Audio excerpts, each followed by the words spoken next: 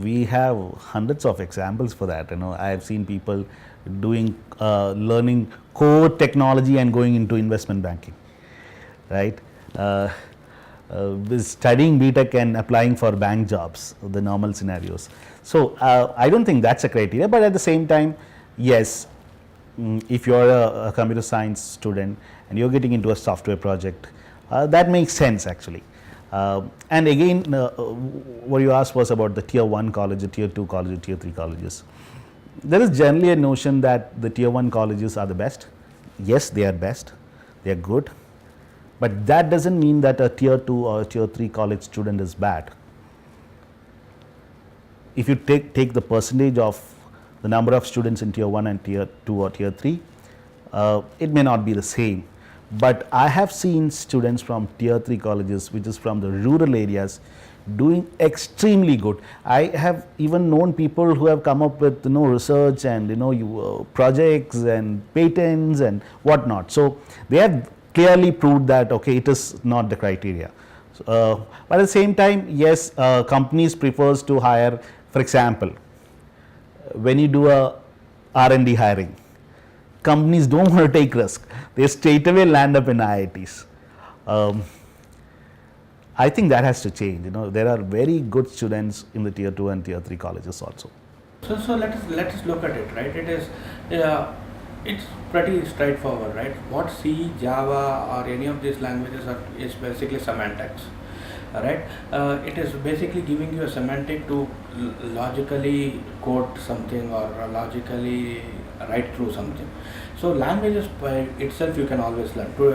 When I started, C was a big thing, and over a period of time Java became a big thing, and now we have a whole bunch of Android development kits, SDKs, and which are essentially Java based stuff. And so languages can keep changing, but what fundamentally is important to appreciate and develop attitude and aptitude for is the ability to pick up a problem and see can we solve it using a technological means or mechanisms, right? And so that is what I would say is important. So coming to your question of whether a mechanical engineer can solve it or a civil engineer can solve it, absolutely yes, right? All you need to learn is a new language, and it is like learning any other language. You learn the language. If you have probably IT is one of the very few fields where the primary criteria is the ability to logically and coherently think through a problem statement and develop means of solving that. And as long as, and any discipline of engineering pretty much teaches you that. And who has consistently demonstrated an ability to go over and beyond, there are a whole bunch of opportunities which can be pursued these days. So one of the things is obviously it goes back to the ability to show that he is different and demonstrate and showcase the difference. These days there is a lot of social media mechanisms through which you can showcase your talents, right? Whether it is your projects, whether it is your internships, or whether it is your NGO contributions, or whether your achievements in sports or extracurricular activities, there is a whole bunch of medium through which you can essentially make yourself visible. And the first thing I would say is to be visible on the social space, and the second thing is to actively pursue your ambitions, right?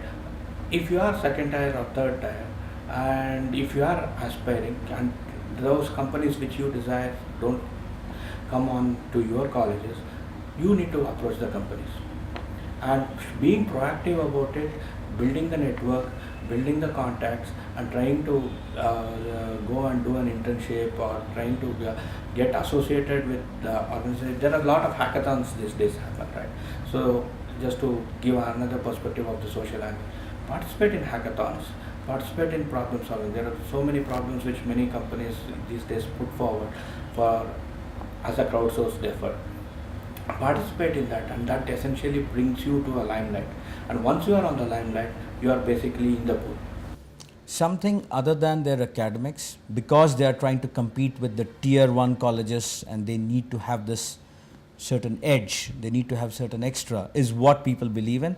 So how can they do that? Your question, I would say They can look at differentiating themselves by having certain skills other than academics.